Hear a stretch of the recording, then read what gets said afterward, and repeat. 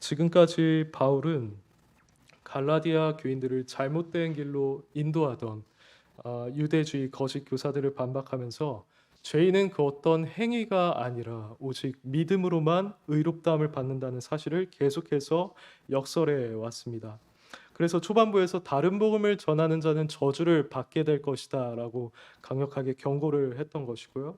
또 자신이 예수님으로부터 직접 계시를 받았다라고도 했었죠.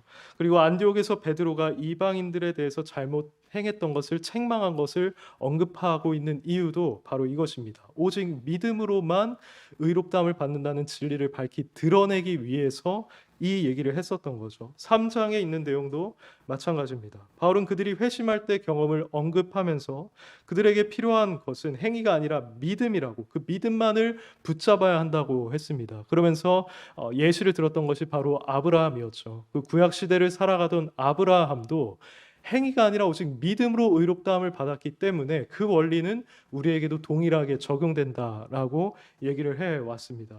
오늘 우리가 살펴봤던, 같이 읽었던 본문은 이 맥락에서 등장을 하는데요. 그동안 바울이 믿음과 행위를 비교하면서 믿음의 우월성, 믿음의 적실성을 계속해서 강조해 왔다면, 여기서는 그럼 왜 행위로는 의롭다함을 받을 수 없는가에 대해서 얘기를 하고 있습니다. 저희는 그 내용을 오늘 살펴볼 텐데요. 첫째는 그 본문에 나와 있습니다. 그 누구도 율법의 행위를 완벽하게 지킬 수가 없기 때문입니다. 오늘 10절이 그걸 보여주고 있죠. 제가 한번 읽어보겠습니다. 물은 율법 행위에 속한 자들은 저주 아래 있나니 기록된 바 누구든지 율법 책에 기록된 대로 모든 일을 항상 행하지 아니하는 자는 저주 아래 있는 자라 하였음이라고 합니다. 여기서 율법 행위에 속한 자라고 얘기를 하고 있는데요. 이 자는 다름이 아니라 자신이 율법을 지킴으로써 하나님 앞에 의로워질 수 있다고 생각하는 자, 자기 자신의 행위를 신뢰하고 있는 자를 말합니다. 그런데 오늘 본문은 이런 자들이 바로 저주 아래에 있다라고 얘기를 하죠. 그러면서 신명기 27장 26절 말씀을 인용합니다. 이 본문을 보시면 이 율법의 말씀을 실행하지 아니하는 자는 저주를 받을 것이라 고 되어 있습니다. 근데 여러분들이 만약 이 성경 말씀을 조금 자세히 살펴보신다면 이게 좀 이상하다고 느낄 수도 있습니다. 왜냐하면 오늘 본문에서는 누구든지 율법책에 기록된 대로 모든 일을 항상 행하지 아니하는 자는 저주 아래 있는 자라고 하고 있는데, 이 신명기 27장에는 그렇게 나와 있지 않고 이 율법의 말씀을 실행하지 아니하는 자는 저주를 받을 것이다라고 비교적 단순하게 얘기하고 있기 때문입니다. 하지만 이것이 그렇게 이상한 현상만은 아닙니다. 왜냐하면 바울은 지금 우리 시대가 그러한 것처럼 신명기 몇 장, 몇 절을 그대로 인용하고 있는 것은 아니기 때문입니다. 이 당시에는 말씀이 그렇게 장절로 구분되어 있지 않았습니다. 그것은 16세기에 들어서서 이루어진 일이었죠. 그래서 저희는 바울이 신명기 본문을 문자 그대로 인용한 것이 아니라 그저 그 의미를 바울이 분명하게 파악하고 그 의미를 살려서 인용하고 있다라고 얼마든지 볼 수가 있습니다. 그래서 실제로 28장 1절에 보시면 거기서는 이렇게 말합니다. 모든 율법을 지켜야 한다고 말합니다. 그래서 결국에 바울이 그 28장에 있는 것과 27장에 있는 내용을 종합적으로 고려해서 이렇게 표현한 거라고 우리는 이해할 수가 있는 거죠. 어쨌든 바울은 이처럼 누구든지 율법에 있는 모든 것을 행하지 아니하는 자는 저주 아래에 있다라는 원리를 도출해야 됩니다. 그리고 이 원리에 비추어 봤을 때 그 누구도 하나님 앞에서 의롭다함을 받을 수 없기 때문에 율법 행위로 의롭다함을 받으려는 자는 하나님의 저주 아래 있을 수밖에 없다라고 말을 합니다. 또 이와 관련된 구절로는 레위기 말씀이 있습니다. 레위기 18장 5절을 보시면 이렇게 말합니다. 너희는 내 규례와 법도를 지키라. 사람이 이를 행하면 그로 말미암아 살리라고 합니다. 근데 여기서 산다라는 말은 단순히 저희가 생각하는 것처럼 우리의 육신이 장수한다는 말은 아닙니다. 그보다는 영원히 산다라는 말, 영생을 누린다라는 말을 의미하죠. 예수님께서 나를 믿는 자는 죽어도 살겠고 라고 하셨던 것처럼, 그리고 바울도 영으로서 몸의 행실을 죽이면 살리니 라고 했던 것처럼 이 말씀에서 산다는 말도 결국에 영생을 의미한다는 겁니다.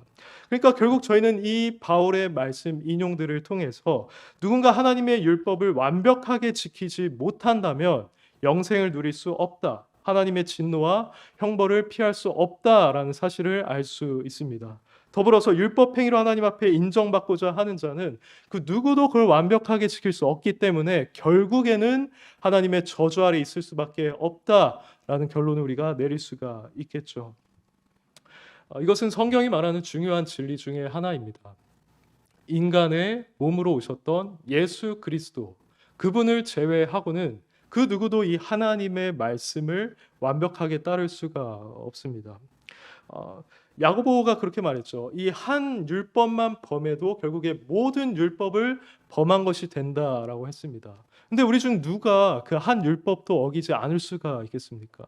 또 마태복음을 보시면 예수님께서 산상수훈에서 그렇게 말씀하십니다. 그저 겉으로 이 율법을 준수하는 게 중요한 것이 아니라 내면이 중요하다라고 합니다. 결국 우리 마음까지 정결한 상태에서 하나님의 말씀을 따라야만 그것이 하나님 앞에 받아들여질 수가 있다는 거죠.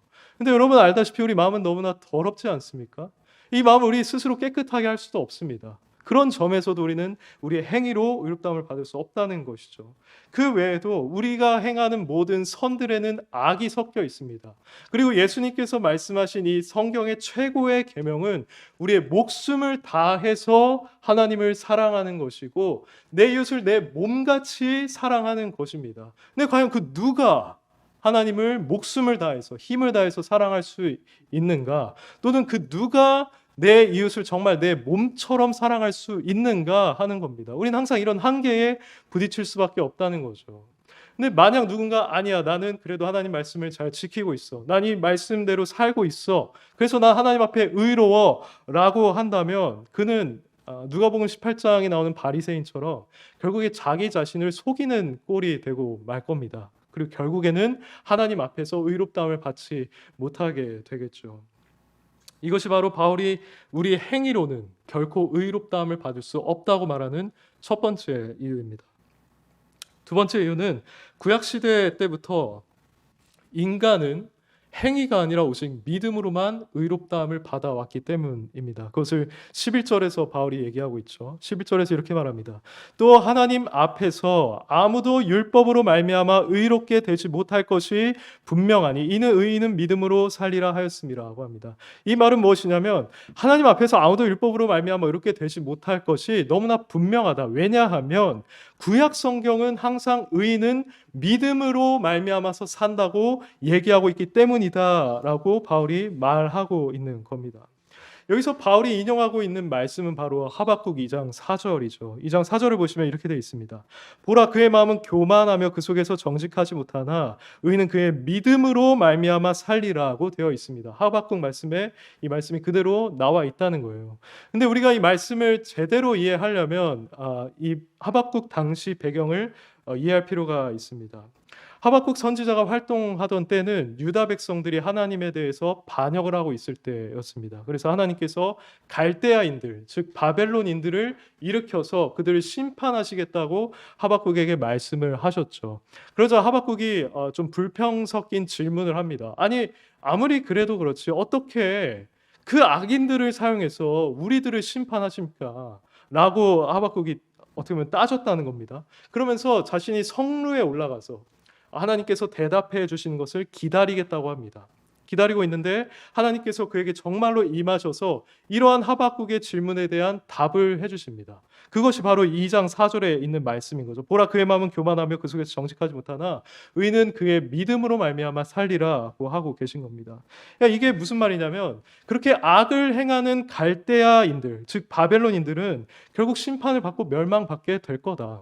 그리고 이것이 모든 악인들의 운명이다. 하지만 어떤 상황 속에서도 나의 약속을 신뢰하고 나를 믿는 의인은 그가 가지고 있는 그 믿음으로 말미암아 살리라고 하나님께서 하박국에게 말씀해 주셨던 겁니다. 그리고 여기서 하나님이 당시 갈대아인들의 심판 그리고 그 시대를 살아가던 의인들을 염두에 두고 했던 말이기는 합니다. 하지만 이 진리는 구약이든 신약이든 어느 시대에든 적용되는 진리였습니다. 하나님께서는 창세기 15장 6절에서 아브라함이 믿음으로 의롭다함을 받는다는 걸 보여주셨죠. 그리고 이 하박국 말씀에서도 의인은 오직 믿음으로 말미암아 살리라고 하셨습니다. 이처럼 하나님께서는 모든 상황 속에서 또 모든 시대 속에서 죄인들이 믿음을 통해서만 하나님 앞에 받아들여질 수 있다는 사실을 명백하게 보여주셨던 겁니다. 그래서 성령의 영감을 받았던 바울이 로마서나 갈라디아서에서 이신칭의를 언급할 때면 항상 이 하박국 2장 4절의 말씀을 인용하고 있었던 것이죠. 이 외에도 구약 성경은 하나님의 은혜 언약에 대해서 말합니다. 새 언약에 대해서 말하죠. 그리고 선지자들은 계속해서 예수 그리스도, 그 메시아에 대해서 예언을 합니다. 또 여러 율법에는 그리스도를 모형으로 하는 것들이 많이 나와 있었죠. 그런 점을 봤을 때도 구약 시대를 살아갔던 그 사람들도 오직 그들의 행위가 아니라 하나님의 은혜에 의하여 메시아를 믿음으로 말미암아 구원을 받았다라고 저희가 이해할 수 있을 겁니다. 그래서 바울은 여기서 이렇게 말하는 겁니다. 아무도 율법으로 말미암아 의롭게 되지 못할 것이 이 성경을 봤을 때 너무 분명하다라고 얘기를 하고 있는 거죠. 이러한 바울의 말들 고려했을 때 저희는 이 사실을 분명하게 인정해야만 할 겁니다. 우리들의 행위로도 결국 하나님 앞에 나아갈 수 없다는 사실을 우리는 인정해야 한다는 거죠. 그렇다면 여기서 우리가 하나 짚고 넘어갈 게 있습니다. 그건 뭐냐면 그렇다면 하나님께서 왜 우리에게 이 율법을 주셨느냐라는 겁니다. 이걸 통해서 우리가 구원받지 못한다면 왜 하나님께서는 이 율법을 주신 겁니까? 왜 인간에게 주신 겁니까? 그 이유는 한마디로 저희들을 낮추기 위해서입니다. 우리 모두는 하나님 말씀 앞에 섰을 때라야 겸손해질 수가 있습니다. 정말 정직한 사람이라면 자신이 하나님의 말씀을 다 지키고 있지 않다는 것을 분명하게 인정할 수밖에 없을 겁니다. 특별히 아까 말했던 하나님의 가장 큰 계명, 내가 그분을 목숨을 다해서 사랑하고 있지 못하다, 나의 이웃을 내 자신같이 사랑하고 있지 못하다라는 것을 그는 인정할 수밖에 없을 겁니다. 그렇다면 이것을 깨닫는 자의 마음은 어떻게 되겠습니까? 하나님 앞에서 완전히 낮아지게 될 겁니다. 그리고 나는 하나님 앞에서 의롭다함을 받을 수가 없구나라고 고백하게 될 겁니다. 도저히 자신은 그 율법을 준수할 수 없음을 발견하게 될 겁니다. 그래서 자신의 힘으로는 구원받을 수 없다는 것을 깨닫게 되겠죠. 그걸 절감하게 될 겁니다. 그래서 이들은 어떻게 되겠습니까? 비로소 자신에게 구원자가 필요하다는 사실을 이들은 알게 됩니다. 이런 죄인을 구원해 주시는 하나님의 그 은혜를 간구하게 됩니다. 그래서 이런 상태에 있는 자가, 이처럼 좌절해 있는 상태, 낮아져 있는 상태에 있는 자가 복음을 들으면 그때 기쁨으로 정말 예수 그리스도를 영접하게 되는 것이죠. 이게 바로 율법의 주된 기능이라는 겁니다. 그래서 로마서 3장 20절을 보면 이렇게 말하죠. 그러므로 율법의 행위로 그 앞에 의롭다 하심을 얻을 육체가 없나니 율법으로는 죄를 깨달음이니라고 합니다. 결국 율법의 기능은 우리로 하여금 우리의 부족함을 알게 하고 우리의 죄를 깨닫게 한다는 말인 것이죠. 또 7장 7절에서 이렇게 말합니다. 그런즉 우리가 무슨 말을 하리요? 율법이 죄냐? 그럴 수 없느니라. 율법으로 말미암지 않고는 내가 죄를 알지 못하였으니 곧 율법이 탐내지 말라 하지 아니하였더라면 내가 탐심을 알지 못하였으리라고 합니다. 바울 자신도 결국에 율법을 통해서 죄를 깨달았다라는 말을 하고 있는 겁니다. 이렇기 때문에 갈라디아서 3장 24절은 율법이란 우리를 그리스도께로 인도하는 초등교사다라고 얘기를 합니다. 당시 초등교사는 이제 종이 주인의 자식들을 데리고 학교에 데려가는 이런 역할을 했던 초등교사를 말합니다. 일종의 안내자, 동행자라고 얘기할 수 있겠죠. 근데 율법이 바로 이 초등교사의 역할을 하고 있다는 겁니다. 결국 우리로 하여금 자신을 바라보게 하지 않고 우리를 예수 그리스도께로 인도하는 역할을 하는 것이 바로 율법이라는 겁니다. 정말로 그렇습니다. 율법을 통해서만 우리는 자신의 부족함을 깨닫고 예수님을 붙잡을 수가 있게 됩니다. 나 자신에겐 결코 어떤 소망도 두지 않는 것이죠. 자기 자신을 기대하지 않는 겁니다. 자기 자신을 완전히 내려놓는 겁니다. 비우는 겁니다.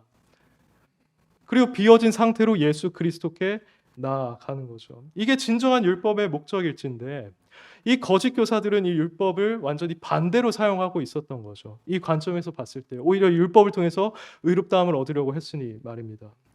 이 내용을 통해서 여러분들은 자신이 과연 하나님의 이 말씀을 지키는 것을 내가 어떻게 생각하고 있었는지를 한번 고민해 보셔야 합니다. 과연 나는 이 하나님 말씀을 지킬 때 이걸 통해서 하나님 앞에 인정받으려고 했었는가? 이걸 통해서 내가 하나님 앞에 의롭다함을 받으려고 했었는가를 생각해 보셔야만 합니다. 만약 여러분들이 정말로 구원받은 것이 기뻐서 감사해서 이 말씀들에 순종했던 것이라면 문제가 되지 않겠지만, 만약 이걸 통해서 여러분들이 구원받을 수 있다고 생각하고 여러분들의 하나의 공로로 여기셨다면 여러분들은 그것으로부터 돌이켜야만 하고 이 거짓 교사들과 동일한 오류에 빠진 모습으로부터 우리는 돌아서야만 합니다. 그러니 여러분, 율법의 기능을 제대로 바르게 이해하시길 바랍니다. 여러분은 하나님의 말씀을 대할 때, 특별히 여기에 나와 있는 의무들, 명령들을 대할 때 그것을 온전히 지킬 수 없는 여러분 자기 자신을 발견하셔야 합니다. 그리고 그 걸음이 결국엔 그리스도께로 나아가게 해야만 합니다. 하나님께서는 이렇게 자기 자신을 비우는 자, 그리고 예수께 나아가는 자를 의롭다라고 하십니다. 자기 자신의 행위를 의지하면서 의롭다는 자는 오히려 의롭지 않다라고 하십니다. 그걸 가장 잘 보여주는 게 누가복음 18장에 있는 말씀입니다. 여기 보면 바리새인과 세리 비유가 등장을 하죠. 먼저 자신을 의롭다고 생각하는 바리새인이 등장을 합니다. 그러면서 이 바리새인이 성전에 올라가서 이렇게 기도하죠. 하나님이여, 나는 다른 사람들 곧 토색, 불의, 간음을 하는 자들과 같지 아니하고 이 세리와도 같지 아니함을 감사하나이다. 나는 일에 2번씩 금식하고 또 소득의 11조를 드리나이다 라고 합니다. 즉 자신은 하나님의 명령과 율법을 다 지켜서 이미 의로운 상태에 있기 때문에 감사하다고 기도하고 있는 겁니다. 반면에 세리는 어땠을까요? 13절에 이렇게 나와 있습니다. 세리는 멀리 서서 감히 눈을 들어 하늘을 쳐다보지도 못하고 다만 가슴을 치며 이르되 하나님이여 불쌍히 여기소서 나는 죄인이로소이다 하였느니라고 합니다. 즉 세리는 자신이 그동안 하나님의 말씀을 순종하지 못했고 앞으로도 그럴 능력이 없는 자라는 걸 깨닫고 아주 낮아진 마음, 겸손한 마음으로 하나님 앞에 나아갔었던 겁니다. 그리고 그는 그저 그 하나님께서 자신에게 자비를 베풀어 주시기를, 자신을 그저 불쌍히 여겨 주시기를 바라는 마음으로 나아갔었던 거죠. 그 결과 어떻게 되었습니까?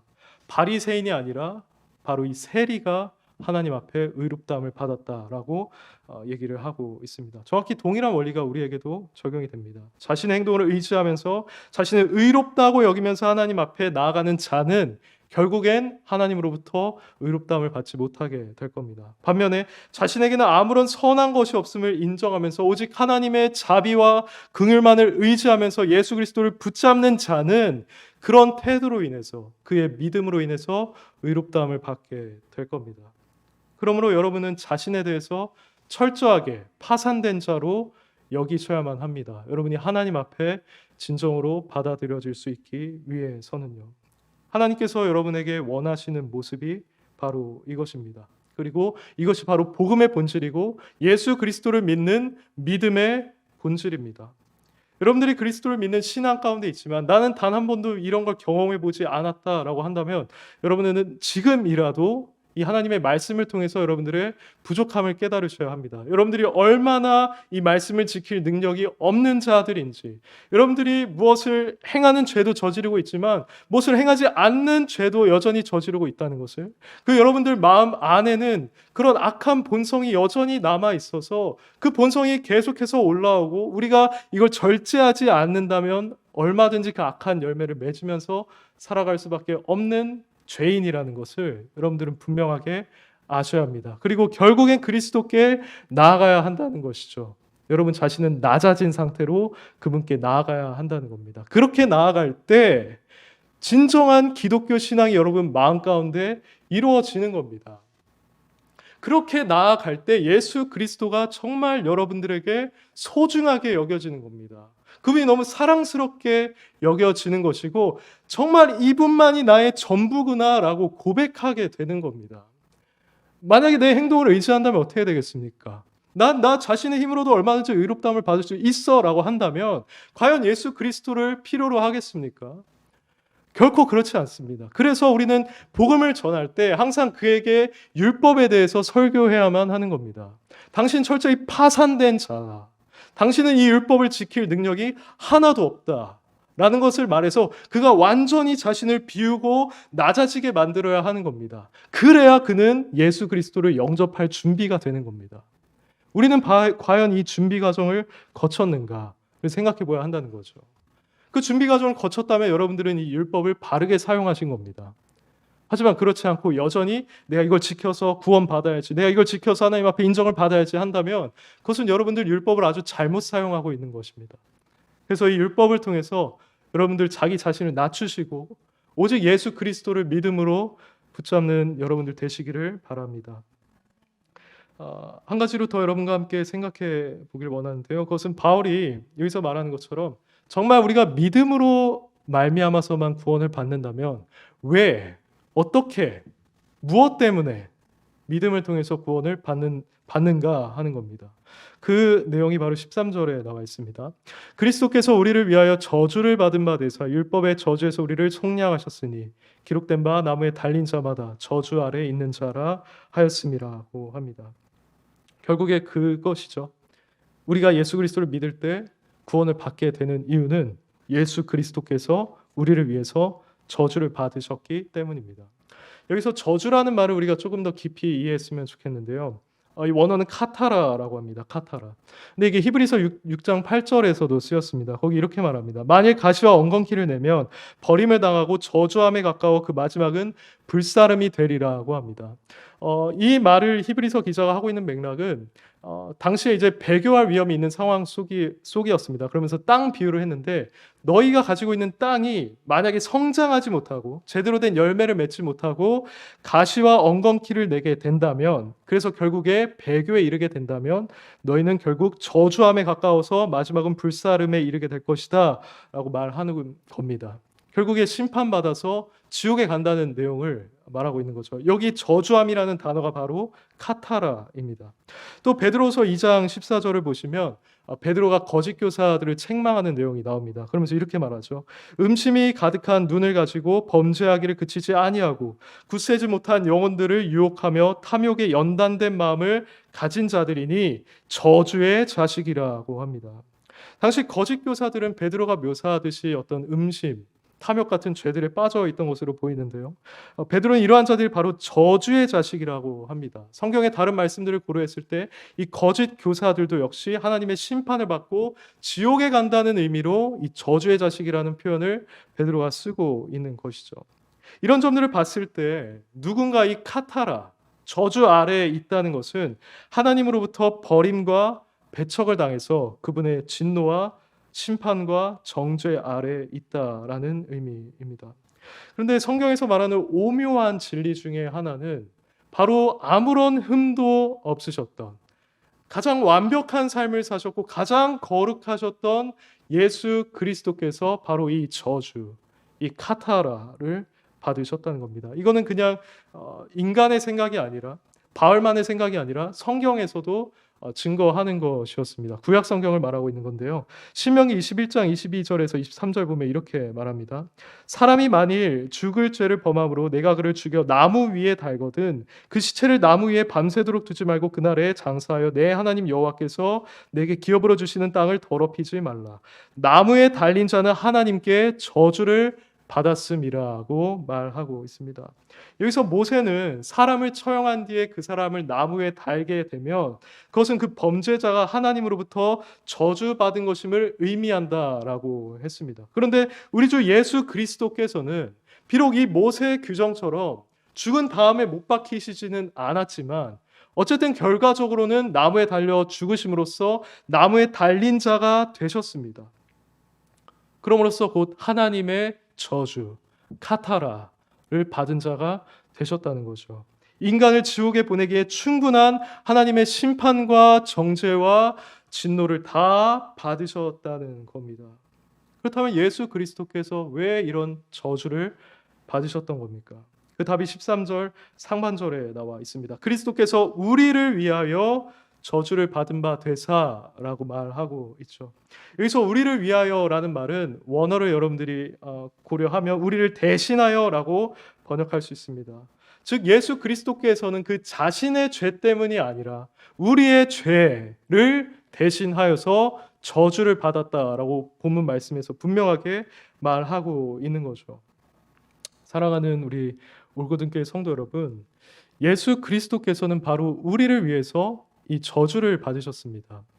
이 저주는 본래 우리의 것입니다. 우리가 받아야 마땅한 겁니다. 왜냐하면 이 10절에서 말하고 있듯이 우리는 하나님의 말씀에 온전히 행하지 못함으로써 그분의 저주 아래 있게 된 자들이기 때문입니다. 하나님은 너무나 거룩하시고 너무나 의로운 분이셔서 우리 아주 작은 죄로 인해서도 진노하시고 우리에 대해서 저주하십니다. 그런 저주가 우리에게 충만했었고 그 상태로 우리가 있었다면 우리는 결국에 지옥에 갈 수밖에 없었을 겁니다. 하지만 하나님께서는 이런 상태에 있는 우리들을 불쌍히 여기셨던 거죠. 그분은 그냥 거룩하기만 한 분이 아니기 때문에, 그냥 의롭기만 한 분이 아니기 때문에, 오히려 사랑인 분이기 때문에 우리가 그 상태에 있는 것을 그냥 두고 보지 않으셨다는 말입니다. 하지만 그분은 우리를 그냥 용서할 수는 없었습니다. 왜냐하면 그냥 용서한다면 그분의 거룩함과 그분의 공의와 영광에 손상이 갔을 것이기 때문입니다. 방법으로 여러분들을 용서하고자 하셨습니다. 그래서 자신의 사랑하는 아들 예수 그리스도를 이 땅에 보내주셨던 것이죠. 그래서 그에게 우리의 모든 죄를 다 담당시키셨습니다. 그리고 그 죄를 짊어진, 또 고린도후서 말씀에 따르면 그 죄가 된, 죄로 삼은 바 된 예수 그리스도에게 그 율법의 모든 저주와 심판과 진노를 다 쏟으셨습니다. 그 형벌을 내리셨던 거죠. 이것은 분명 이사야가 예언했던 메시아의 모습이었습니다. 분명하게 예언하고 있죠. 53장에서 이렇게 말합니다. 그가 찔림은 우리의 허물 때문이요 그가 상함은 우리의 죄악 때문이라. 그가 징계를 받음으로 우리는 평화를 누리고 그가 채찍에 맞음으로 우리는 나음을 받았도다. 우리는 다 양 같아서 그릇 행하여 각기 제 길로 갔거늘 여호와께서는 우리 모두의 죄악을 그에게 담당시키셨도다라고 합니다. 실로 놀랍지 않습니까? 이사야는 이 예수님께서 태어나기 이전 약 700년 전, 600년 전에 활동했던 인물이었습니다. 그런데 이렇게 너무나도 분명하게 예수 그리스도의 속죄 사역을 예언하고 있었던 거죠. 이사야가 예언한 것처럼 예수 그리스도께서는 우리의 모든 죄를 다 담당하셨습니다. 그 죄의 짐을 짊어지셨습니다. 그리고 심판을 받으셨죠. 그리고 구약 시대 때 이스라엘 백성들의 죄를 속죄하기 위해서 양을 잡아서 안수함으로써 전가하고 그 양을 잡거나 광야에 보냈던 것처럼 예수 그리스도께서는 바로 그 어린 양이 되셨습니다. 그분은 아무런 흠이 없는 분임에도 불구하고 마치 모든 죄를 다 진자처럼 심판을 받으셨습니다. 생각해 보십시오. 그분은 온 세상의 죄를 위해서 들임받은 분이십니다.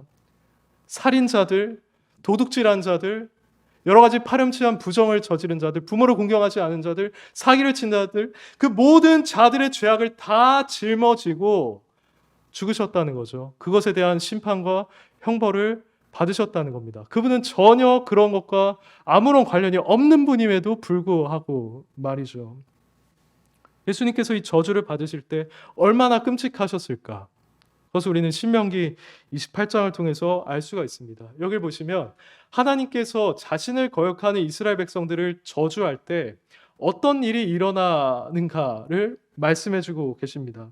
저주를 받는 자는 어떻게 되느냐 하면 모든 일에 있어서 망하게 되고 몸에 연병이 들게 되고 여러 재앙을 만나게 될 것이라고 합니다. 그리고 적군 앞에서 패배해서 도망을 가게 될 것이고 그 시체도 공중의 새와 땅의 짐승들의 밥이 될 것이라고 합니다. 그 정신병에 걸려서 미치게 된다고도 하고요. 또 압제와 노략을 당해서 아내를 빼앗기게 된다고 합니다. 양식을 빼앗기게 된다고 합니다. 그리고 심한 종기가 발바닥에서부터 정수리까지 임하게 될 것이라고 합니다.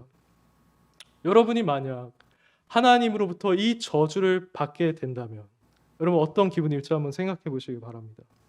여러분들이 망하게 되고 몸에 연병이 들고 정신병에 걸려서 여러분들이 미치게 되고 여러분들의 사랑하는 아내, 가족들, 여러분들의 모든 재산이 다 빼앗기고 아무것도 남지 않은 상황이 된다면 여러분들이 겪게 될 비참한 감정, 절망은 매우 극심할 겁니다. 근데 예수 그리스도께서 우리를 위해서 이 저주를 받으심으로써 그 십자가에서 모든 비참함과 절망과 고뇌와 혼돈과 혼란을 다 겪으셨다라는 겁니다.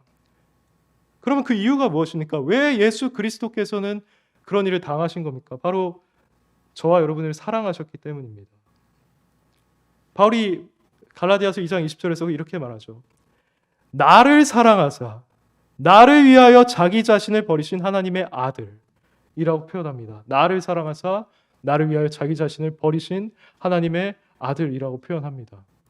그분이 우리를 사랑했기 때문에, 여러분을 사랑했기 때문에 자기 자신을 버렸다는 겁니다. 동시에 이건 우리를 향한 성부 하나님의 사랑도 입증하는 사건이었습니다. 우리가 원수되었을 때 그분은 자신의 아들을 내어주심으로써 우리를 향한 자신의 사랑을 확증해 주셨다라고 성경은 말합니다. 이걸 우리가 좀 더 깊이 이해하기 위해서는 아브라함과 이삭 사건을 말할 수 있겠죠. 창세기 22장을 보시면 하나님께서 아브라함에게 그 아들 이삭을 번제로 드리라고 합니다. 그러자 아브라함이 참 어려운 그러한 요청임에도 불구하고 순종을 하죠. 그래서 아들 이삭을 데리고 갑니다. 그리고 정말로 그는 결심을 했어요. 내가 이삭을 오늘 죽일 거다. 그리고 칼을 잡아서 거의 찌르기 직전까지 갔습니다. 그럼으로써 아브라함은 자신이 하나님을 정말 경외한다는 것을, 그분을 사랑한다는 것을 입증했습니다. 하나님이 그러셨죠. 내가 이렇게 하는 것을 보니 네가 정말 날 경외하는 걸 알겠다라고 하셨죠. 근데 이와 마찬가지로 하나님께서는 자신의 아들을 십자가에서 화목제물로 드리셨습니다. 너무도 사랑하는 자신의 아들을 십자가에서 버리셨습니다. 그래서 예수님께서 엘리 엘리 라마 사박다니라고 한 거 아닙니까? 나의 하나님 어찌하여서 나를 버리십니까? 라고 한 거 아닙니까? 하나님께서 정말 그를 버리셨기 때문에요. 실로 하나님은 자신의 아들을 아끼지 않고 우리를 위해서 내어주셨던 겁니다. 그리고 이로써 하나님께서 정말 저와 여러분을 너무나도 사랑하신다는 것을, 그분이 사랑 그 자체인 신이라는 것을 입증해 보이셨습니다.